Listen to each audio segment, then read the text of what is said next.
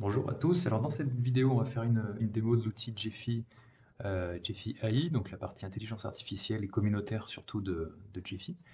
Donc quand on arrive sur l'interface, c'est très simple. On a deux fonctions aujourd'hui qui sont la fonction de gestion des produits, du catalogue fournisseur.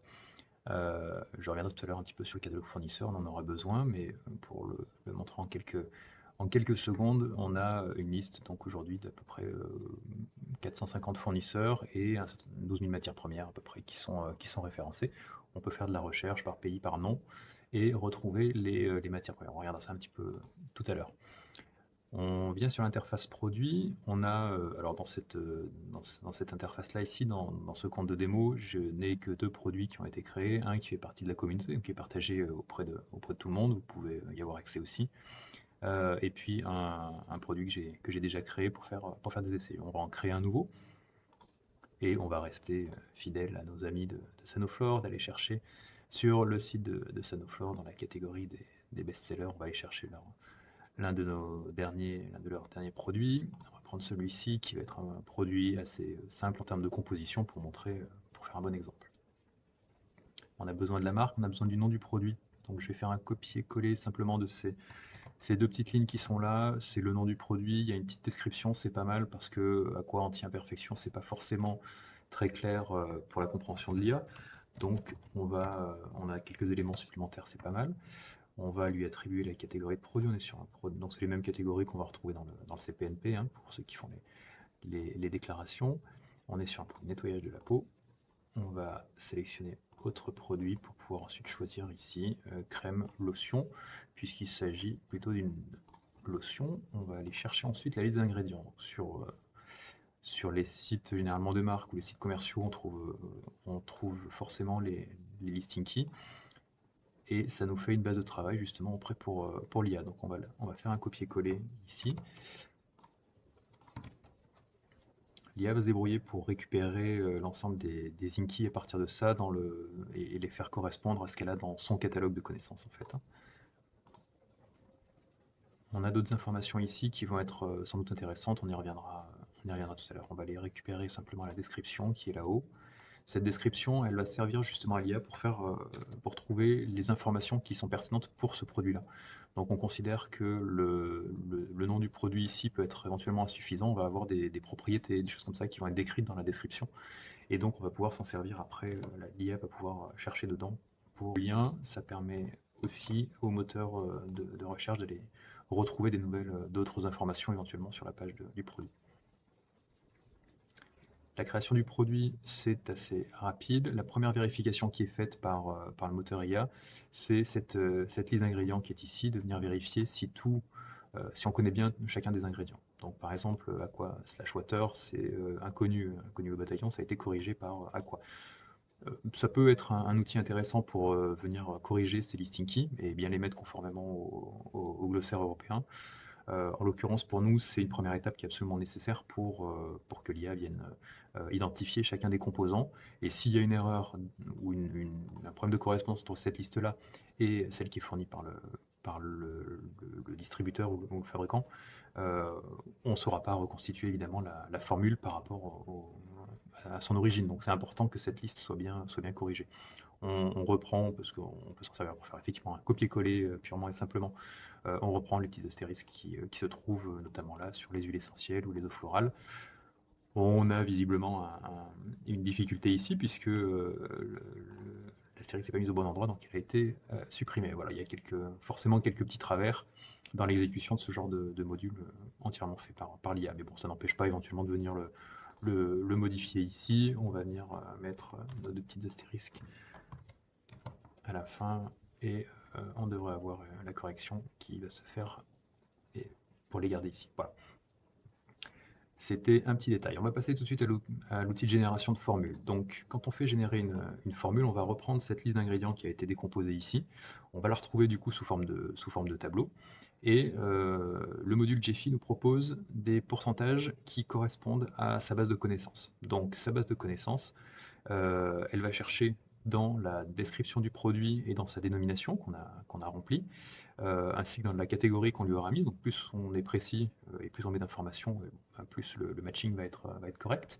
Et il va aller chercher dans ses bases de connaissances ce qu'il est capable d'imaginer compte tenu du produit en termes de pourcentage pour chacun des ingrédients. Donc les chiffres qui sont proposés ici sont des chiffres calculés en prenant en compte en fait tous les résultats probables. Mais si on revient sur, par exemple, l'eau florale de menthe poivrée, tout ce qu'on a dans la base de connaissances de Gephi aujourd'hui, c'est des simulations, des recherches qui ont été faites sur chacune des catégories des produits comme on les a vus plus haut, avec des recherches de pourcentage moyens pour globalement ces catégories-là. Plus on va rentrer d'informations et plus on va avoir justement de correspondance avec le type de formule, avec la description du produit, avec des revendications de principes actifs, etc. Donc aujourd'hui, on est obligé de se contenter de ça. Ça fait déjà 9 millions de lignes dans lesquelles on vient faire une recherche, ce qui est déjà pas mal, mais on va le compléter justement grâce à cette plateforme communautaire. Ici, on va déballer un petit peu notre expertise de formulateur et on a la chance d'avoir, on a choisi un produit bio, donc un produit bio nous donne quelques informations sur sa composition, sur les pourcentages d'ingrédients qui sont certifiés ou qui sont d'origine synthétique à l'intérieur. Donc là, on a vu qu'on avait de l'alcool des nattes, alors le dénaturant est rarement bio, mais de l'alcool des nattes qui est issu d'agriculture biologique. On a la menthe, l'hydrolat de menthe, qui est aussi certifié bio. On a également là toute une série d'huiles essentielles qui sont bio. Donc on va retourner sur la fiche produit et on a ici quelques indications de pourcentage. On a 99% des ingrédients qui sont d'origine naturelle et 24% qui sont issus de l'agriculture biologique. Donc très clairement, on a ici notre alcool, notre menthe, qui représente la plus grande partie. On va peut-être considérer que les huiles essentielles, ça va être 1 ou 2% de la formulation, qui vont être certifiées bio. Mais donc on va avoir sensiblement 22-23% qui vont être rassemblés dans ces deux ingrédients-là. Donc on peut affiner tout de suite en fait les fourchettes de pourcentage ici. Donc là, on est dans les fourchettes qui sont préconisées, mais on va immédiatement pouvoir lui corriger le fait que l'eau florale de menthe poivrée, son pourcentage, il va être compris déjà entre 0 et 12, puisque pour respecter l'ordre des ingrédients, au minimum, la somme des deux doit faire 23%. Donc on va être au maximum à 11, 11,5%. Donc ce qu'on va faire, on va mettre 12 ici, on va mettre 10, on va mettre 11. Ça me permet de garder quand même une fourchette de possibilités, puisque le calcul va être probabiliste, statistique après, donc on va lui laisser une petite fourchette petite marge de manœuvre, mais sans lui laisser trop d'amplitude, c'est pas la peine de perdre de l'énergie de calcul à ce niveau-là. On va aussi venir modifier l'alcool des nattes, puisqu'en l'occurrence, l'ensemble des deux devra faire 23-24%, donc on peut le mettre même à 11, 12 et 13, ou si on veut se garder un petit peu plus de marge de manœuvre, on va mettre 11, 12 et 14, ce qui va laisser, on va dire, un peu de latitude sur ces calculs. Bon, sur ces deux ingrédients, on ne va pas dire grand-chose de plus. On a notre 99% d'ingrédients d'origine naturelle, ça veut dire qu'on a moins de 1%, mais on a potentiellement 1% d'ingrédients qui sont non naturels.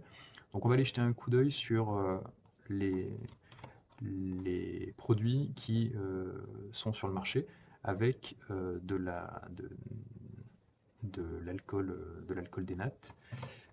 Hop, on va faire une recherche ici et on va trouver un certain nombre d'alcool bio, pas mal de fournisseurs où on a une partie du dénaturant. Là, on voit qu'on peut avoir jusqu'à 10% effectivement de dénaturants qui sont d'origine non naturelle. Donc, on peut supposer que le 99%, en tout cas que le 1% résiduel, va être le dénaturant de l'alcool, puisque dans la formule, on a de l'acide salicylique ici, de l'acide citrique un peu plus bas, qui peuvent être d'origine synthétique, mais je ne pense pas que ça soit correct pour le référentiel Cosmos. Donc on ne va pas pouvoir utiliser cette connaissance-là, cette information-là qu'on a sur le pourcentage de non naturel pour définir une limite de pourcentage sur l'acide salicylique ou l'acide citrique. Donc cette information, on ne peut pas l'utiliser, enfin, elle ne nous apporte pas grand-chose de très pertinent. On va ensuite aller sur l'ingrédient suivant qui est le capryl glucoside. Donc là, encore une fois, on va avoir les différentes propositions de pourcentage recommandé. On sait qu'on est sur une eau nettoyante, c'est aussi donc un produit qui va avoir un effet nettoyant, c'est un produit qui va avoir un effet solubilisant, et comme on a visiblement une forte teneur d'huile essentielle et pas d'autres émulsionnants, pas d'autres solubilisants dans la formule, on suppose que celui-ci va être un peu notre opérateur justement d'efficacité à ce niveau-là. Donc on va plutôt privilégier, moi je vais modifier la formule pour privilégier un pourcentage entre 5 et 10% qui sont un peu nos deux maximums recommandés.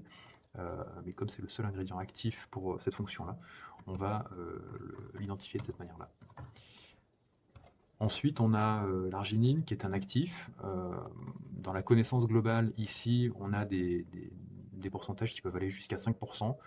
Il nous a fait une petite moyenne pondérée par rapport aux différentes informations. Et il s'est mis entre 0,1 et 2%. Visiblement, comme on a d'autres ingrédients actifs derrière, on peut supposer qu'il va être au moins 1%, puisque il est plutôt en tête de la composition et il est avant, en tout cas, les huiles essentielles. Donc les huiles essentielles, elles, vont être sans doute plutôt en dessous de 1%. Donc on va mettre celui-là à 1, on va lui mettre une borne à 3, et ça va nous donner une fourchette de valeur. Là encore, on est dans une fourchette de valeur. C'est-à-dire que là, maintenant, on va faire des statistiques, mais évidemment, on va pas pouvoir savoir précisément entre 1 et 3 quelle est la composition réelle qui a été mise dans ce produit-là. Pareil pour l'acide salicylique, on va le caper à 2, comme c'est indiqué ici.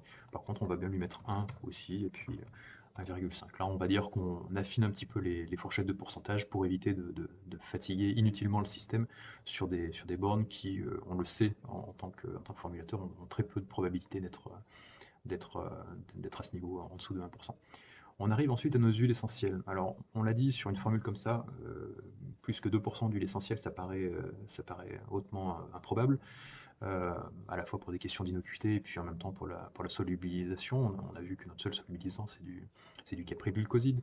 Donc même si on était un petit peu radin là, dans cette fourchette et qu'on avait peut-être plus proche de 10% de capryl-glucoside, dans tous les cas, on peut difficilement imaginer que cette formule contienne plus de 2% d'huile essentielle au total.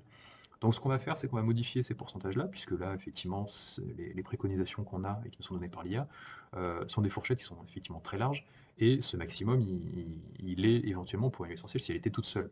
Là, on sait que l'IA n'a pas pris en compte le fait qu'on a 10 huiles essentielles dans cette composition. Donc on va restreindre cette fourchette de pourcentage, et je pense que de manière très raisonnable, on peut mettre un minimum, alors pour peut-être les deux premières, puisque là on en a deux qui pourraient se retrouver à des pourcentages effectivement un petit peu au-delà des suivantes. Mais on va mettre 0,5 et 0,05 pardon et 0,3 ici. On va mettre une valeur moyenne aussi à 0,15 ici.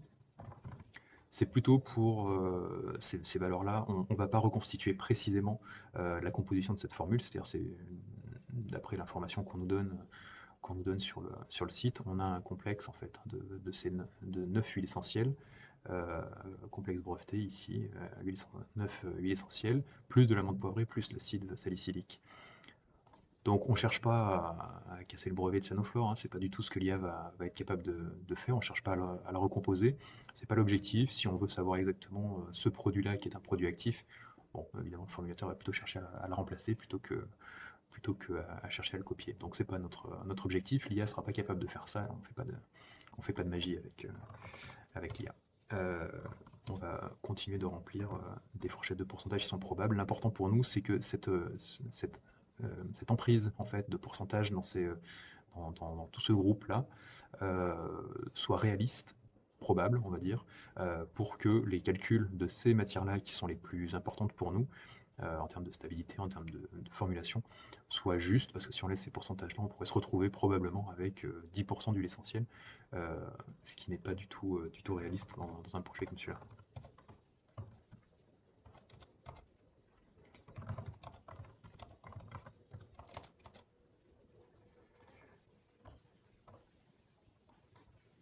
Donc on fait ce petit travail qui est un petit peu fastidieux à cette étape-là, mais qui fait énormément gagner du temps sur la suite des résultats. Donc ça vaut le coup de prendre quelques minutes pour faire ce petit calibrage. Là, vous voyez qu'il n'y a pas une grande inventivité de ma part. J'ai pris un produit volontairement simple dans sa composition pour voir surtout le fonctionnement du logiciel. Au niveau de l'acide citrique, là encore, il n'y a pas un gros enjeu sur le fait de retrouver sa, sa valeur. Ici, on a des propositions, vous voyez, qui sont très larges, très banales, je dirais. L'acide citrique, ça va être sans doute l'acidifiant dans cette formule. On n'a pas une fonction très active, très particulière. Donc c'est l'ingrédient qui va nous permettre d'ajuster le pH. Donc en réalité, dans la composition, si on voulait faire une formule qui soit ressemblante de cette formule-là, bah, on aurait finalement qu'à prendre le pH d'un produit du marché et de l'ajuster en fonction. Donc on va euh, lui donner des valeurs là, qui vont être sans doute entre peut-être plutôt 0,2 et 0,8. C'est pas la peine de lui laisser se fatiguer plus sur des calculs au-delà de ça. Le menthol qu'on a ici, alors on voit que dans la formule Inky, on n'avait pas beaucoup d'allergènes, donc effectivement on voit qu'ils sont listés après. Ils ne nous intéressent pas beaucoup, sauf s'ils avaient été placés dans la formule, auquel cas on aurait pu, de manière un peu plus précise, retrouver les pourcentages d'huile essentielle, puisqu'ils produisent des allergènes. Là on se doute que le menthol est produit par l'huile essentielle de menthe poivrée. On, on va supposer sans doute qu'il n'y a pas de menthol qui a été ajouté en plus, donc on va lui mettre aussi un pourcentage qui va être relativement faible. À ce stade-là, on peut enregistrer déjà cette base de formule, ça va nous permettre de la retravailler ensuite, mais d'avoir déjà une première base enregistrée. Quand on revient sur l'outil modifié, on a ici le bouton générique qui s'est transformé en recalculer. On va utiliser ce bouton-là pour faire des calculs statistiques. Donc comme je le disais, on reste entre les bornes qu'on a définies et on vient affiner ces bornes-là, c'est-à-dire qu'on fait une simulation avec des valeurs qui sont prises au hasard dans les fourchettes, et on voit si ces tests permettent d'avoir une composition qui fait sensiblement 100% à la fin et qui respecte bien l'ordre qu'on a imposé, hormis en dessous de 1% où là on a un petit peu plus de marge de manœuvre. Ça nous permet du coup d'affiner bon, la fourchette de l'eau qui était très large au départ et qui est un petit peu réduite ici. On va retrouver, puisqu'on l'avait quand même relativement bien défini, notre alcool et notre menthe poivrée qui atteignent grosso modo 22,5%. On a une valeur un peu affinée, et là encore c'est une valeur qui est probabiliste, hein, c'est-à-dire qu'il y a peut-être moins de 5%, il y a peut-être plus de 8% dans la formule réelle, et du coup peut-être plus ou moins d'eau en compensation, ou d'autres ingrédients. Mais là, par rapport aux bornes qu'on a fixées, on a une probabilité qui est euh, relativement affinée par rapport à ce qui est possible et ce qui tombe le plus souvent juste en fait dans la recherche, dans les estimations de pourcentage. Ça nous fait des valeurs voilà, qui sont un petit peu affinées, on pourrait les retravailler, on pourrait les réaugmenter, mais on retrouve sensiblement de 2% d'arginine.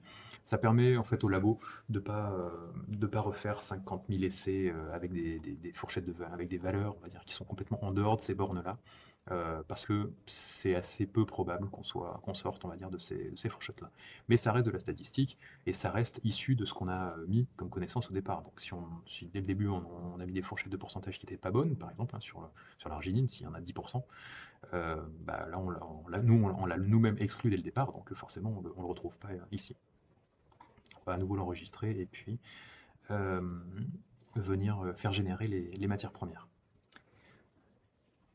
Donc qu'est-ce qui se passe au niveau des matières premières? On reprend en fait nos pourcentages et on va avoir une proposition de matières premières qui correspondent aux différents Inky qu'on a déterminés. Donc on les voit ici, on va avoir pour l'eau de l'eau hein, tout simplement, et puis on va avoir aussi toutes les matières premières qui permettent d'avoir un autre Inky de la liste, donc par exemple là le capryl-glucoside, euh, et qui contient aussi de l'eau. Donc on va retrouver cette même matière première catégorie dans l'onglet du capryl-glucoside. On peut venir exclure ici des matières premières, hein, si on veut travailler justement par exemple qu'avec cette matière d'interchimie, eh ben, on va venir exclure les autres, on les retire, et on va les voir disparaître de la liste. Hop, on va retirer celle-ci. Et voilà, donc on a fait ce tri-là ici, on peut le faire pour chacune des matières premières hein, si on le souhaite, mais c'est particulièrement important de le faire quand on a des blends comme ça, parce qu'on n'a pas toujours la même composition. Et donc voilà, là on va se limiter à ma sélection dans la recherche. On a des matières premières qui sont proposées effectivement pour chacun, sauf ici, on voit qu'on en a une qui est en rouge avec aucune matière première qui a été trouvée pour cette huile essentielle-là. Donc on va aller la chercher, on va créer une matière première. Donc on va revenir sur notre onglet fournisseur. Alors un fournisseur d'huile essentielle, on doit en avoir un dans la base, on va regarder sur Nateva, on va aller chercher puisqu'on a besoin d'une huile essentielle qui soit bio, donc on va aller chercher sur le certificat de Nateva. On a ici effectivement du lemongrass, donc on va rentrer cette huile essentielle de lemongrass qui est une huile essentielle pure dans le catalogue de Nateva. Alors on peut faire effectivement cette vérification, cette recherche, hein, si on le souhaite, c'est-à-dire qu'on va venir faire une recherche dans le catalogue de Nateva. Est-ce qu'on a Linky? Mais bon, sachant qu'il ne l'a pas trouvé, il n'y a pas de doute. Je ne l'ai pas sélectionné, voilà. Et on va le filtrer et on n'a bien aucun résultat. Donc avec cet Linky là, donc on va venir ajouter la matière première.